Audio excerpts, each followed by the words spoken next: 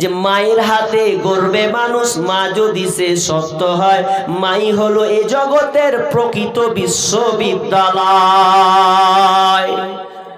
মা ভালো হলে সব ভালো। একজন বিজ্ঞানীর কথা বলবো আপনাকে, বিজ্ঞানীর নামটা বলছি, যদি কেউ শুনেন হাত তুলবেন। Thomas Alva Edison. কে কে শুনেছেন নাম? বিজ্ঞানীর নাম কেউ শুনেছেন? Thomas Alva Edison. কে শুনেছেন? কেউ শুনেননি? এখানে একজন শুনেছেন।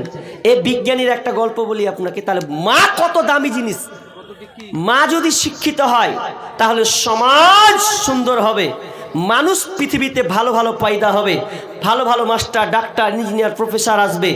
তো টমাস আলভা এডিসনের একটা গল্প আছে যে যখন টমাস আলভা এডিসনের বয়স 7 থেকে 8 বছর, তার বাপ নেই, পৃথিবী ছেড়ে চলে গেছেন, মাই কেবল আছে। তো এই ছেলেটা স্কুলে পড়তে পড়তে পড়তে পড়তে পড়তে পড়তে স্কুলের প্রফেসর একটা কি করলো, মানে একজন মাস্টার চিঠি লিখে দিল। চিঠি লিখে বলছে তোর মাকে এটা দিয়ে দিবি। দেবো এসে বলছে মা আমাকে মাস্টার একটা চিঠি দিয়েছে, দেখো মা। চিঠিটা যদি মা খুলে দেখছে, যেমনই দেখা চিঠি খুলতে পড়তে পড়তে চোখ দিয়ে পানি বেরোচ্ছে। তখন টমাস বলছে মা তুমি চিঠিটা পড়ে কেন কাঁদছো বলো, কেন তুমি কাঁদছো বলো। তো বলছে বেটা রে আমি আনন্দে কান্না করছি। কেন? বলছে কি লেখা আছে গো মা? বলছে শুনবি বেটা, শোন শোন শোন তোর মাস্টার কি লিখেছে। লিখেছে বলছে ম্যাডাম আপনার মেয়ে, আপনার এই ছেলেটা জিনিয়াস একটা সন্তান, জিনিয়াস একটা ছেলে। এই ছেলেটা এত ভালো, এখানে ওর জায়গা হবে না, ওকে একটা ভালো স্কুলে পড়াতে হবে, ভালো জায়গায় ওকে পড়াতে হবে। এ বলল। তখন মা প্রতিজ্ঞা নিল, ঠিক আছে ঠিক আছে, আমার সন্তানকে আমি বড় করে তুলব, আমার সন্তানকে আমি বিশাল বড় করে তুলব। ওই মা এত মেহনত করেছে, সন্তানকে বড় করতে করতে করতে তিনি একটা বিজ্ঞানী বানিয়ে দিলেন। কেমন বিজ্ঞানী? টমাস আলভা এডিসন এমন একজন বিজ্ঞানী। আপনি যে এই বাল্বগুলো জ্বলছে এগুলো কার তৈরি করা? তো টমাস আলভা এডিসন তিনি তৈরি করেছেন। আপনি যেটা দেখছেন এই বাল্বগুলো তৈরি করেছেন। এই যে আপনি সাউন্ডটা পাচ্ছেন, এই সাউন্ডটাও তার হাতের তৈরি করা। এই যে ভিডিও চলমান চলছে, এটা তার হাতের তৈরি করা। এত কিছু তিনি তৈরি করেছেন। একদিন টমাস আলভা এডিসন ওই আপনার আগের বাড়ি যাচ্ছেন, বাড়ি গিয়ে চিঠি ঘরটা পরিষ্কার করতে করতে ঝাড়ু দিয়ে দেখছেন, ঝাড়ু দিতে চিঠিটা দেখতে পেলেন। দেখে চিঠিটা দেখলেন আর তিনি কাঁদতে শুরু করলেন, হায় রে আমার মা, তিনি আমাকে মিথ্যা কথা বলেছে। ওখানে লেখা ছিল যে তোমার ম্যাডাম তোমার সন্তান হচ্ছে মেন্টালিটি একটা পাগল, ও একটা ভালো নয়, একে নিয়ে আমাদের স্কুলে চলা যাবে না, সেই শিক্ষকের সম্মান নষ্ট হচ্ছে, অতএব এই রকম সন্তান আমরা পড়াতে পারবো না। মাই তৈরি করে দিল একটা সন্তানকে, কত সুন্দর করলো। তাহলে প্রথম কি? যে একজন মা চয়ন করা। নাম্বার 2, আপনি এবার বিবি নিলেন, মা সুন্দর নিয়েছেন। এরপরে আপনি কিনা যখন আপনি বাসর ঘরে যাবেন, যখন আপনি মিলনে যাবেন, তখন আপনি সুন্দর করে উজু করবেন, এরপরে আপনি সালাত আদায় করবেন।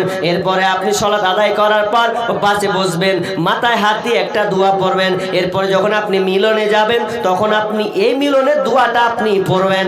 আমি চটচট তাড়াতাড়ি করে বলছি, এগুলো যদি আপনি ছেড়ে দেন, এগুলো যদি আপনি কাজ না করেন, তাহলে আপনার সংসারে কোনোদিন শান্তি আসতে পারে না।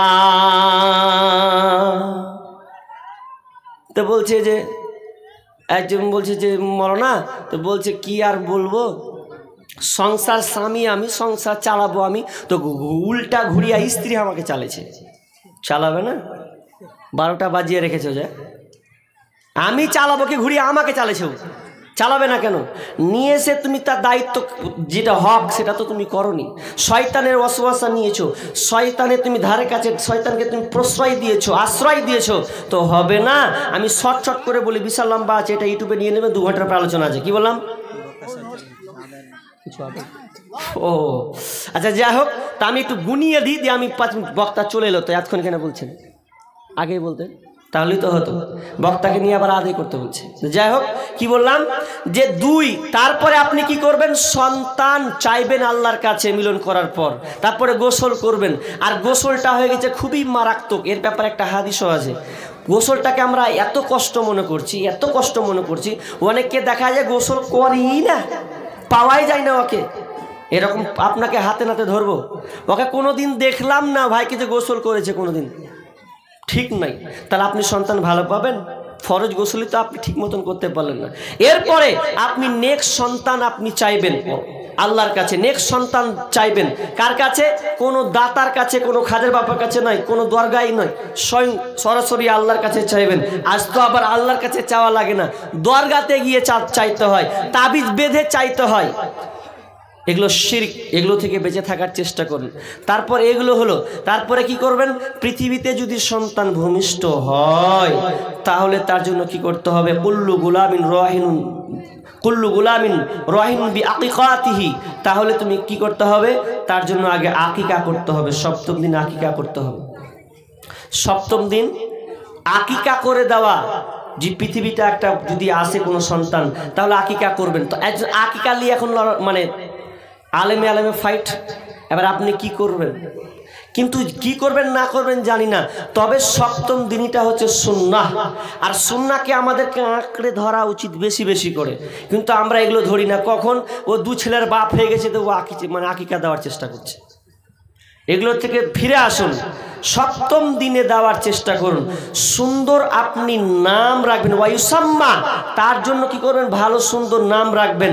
আজকালকার আমরা ভালো সুন্দর নাম রাখি না। যদি বলি ভাই আব্দুল্লাহ রাখেন, রাখি না। যদি আপনি বলছে এটা পুরানা, আব্দুর রহমান বলছে এটা চাচার নাম। কি নাম রাখবেন? নাম ভালো ভালো পায় না, তো একটা মূল্য রাখবে না, তাহলে ট্যাবলেট রেখে দাও গা, ওই ভালো। কি করবা? রাখলো না তো রাখলো না, তো ও আবার নাম রেখেছে, বেটার নাম ব্রেন সার। কি নাম রেখেছে বললাম? মানে কোনখানে যে পেয়েছিল আল্লাহ জানে, ব্রেন সার নাম রেখেছে। তো মৌলানা বলছে, মৌলানা নাম খাতরা পেয়েছি, ব্রেন সার। ব্রেন সার ঠিকই তো, কেউরির নাম নেই ব্রেন সার নাম, তো ব্রেন সার নাম নেই। তো বলছে তোর মানে জানো? বলছে মান এটাই ঢুঁড়া হয়নি, ব্রেন সার মানে কি এটাই তো জানি না, কিন্তু নামটা নতুন লাগছে। বলছে একবার গুগলে সার্চ দিয়ে দেখো না নামটার মানে কি হয়। এবার গুগলে যখন সার্চ দিচ্ছে, ব্রেনসার নাম লিখছে, তো একজন আমেরিকান একজনের কুত্তা ছিল, কুকুর, তো গুগলে সার্চ দিচ্ছে, তো ওই আমেরিকান ওই লোকটার নাম কি বলে ভালো, তো ওর কুত্তার নাম হচ্ছে ব্রেনসার। ছি ছি ছি ছি, তা আপনি ওই কুত্তার নাম ব্রেনসার রেখেছেন? মানে তো আপনাকে খুঁজে বের করতে হবে, খালি নাম রাখলে হবে না, ভালো নাম রাখুন। সন্তান বড় হয়ে গেছে, মুরু আওলাদাকুম বিসসালাহ, যখন সন্তান 7 বছর হবে ওকে সালাতের আদেশ দাও, নামাজের। ওয়াজরিবুহুম আলাইহা ওয়াহুম মুরু আওলাদাকুম বিসসালাহ ওয়াহুম আবনাউ 7 সিনিনা ওয়াজরিবুহুম আলাইহা বিআশরিন। যদি এরপরে যদি সন্তানের বয়স 10 বছর হয়ে যায় তাহলে কি করো? ফাররিকু, তাহলে তুমি প্রহার করো। তো আমরা মারি না, তো সন্তানকে আমরা মারার চেষ্টা করি না, 10 বছর হয়ে গেছে। লেখা পড়ার ব্যাপারে যত আমরা বলি, যত মারি, যত মানে শাসন করি, নামাজের ব্যাপারে কোনো বাপ বলি না যে তুই জোহরে নামাজ পড়েছিস কিনা বল, কোনোদিন বলি না। এমনি পড়ার ব্যাপারে ঠিক আছে, কিন্তু এগুলোর ব্যাপারে নেই। আর ওয়াফাররিকু বাইনাহুম ফিল মাযাজি, এই হাদিসে এটা বলা হলো যে যখন সন্তান 10 বছর হয়ে গেছে তখন তুমি কি করো? বিছানাটাকে পৃথক করে দাও, আলাদা করে দাও, কিন্তু এটাও আমরা করি না। যদি একটাই বিছানা হয় ঠান্ডার মৌসুমে, আপনি কি করবেন? ওই বিছানাটাকে যদি একটাই চকি হয় অন্তত লেপ 2টা দিবেন, 2টা আলাদা আলাদা করে ঘুম, কারণ শয়তানের ওয়াসওয়াসা আসতে পারে। তাহলে এগুলো তো আমরা করছি না। অনেক কথা লম্বা, আমি কেটে কুটে যা সব বলে দিলাম। তো এই কাজগুলো আপনাকে করতে হবে, কিন্তু আফসোস আমরা করি না।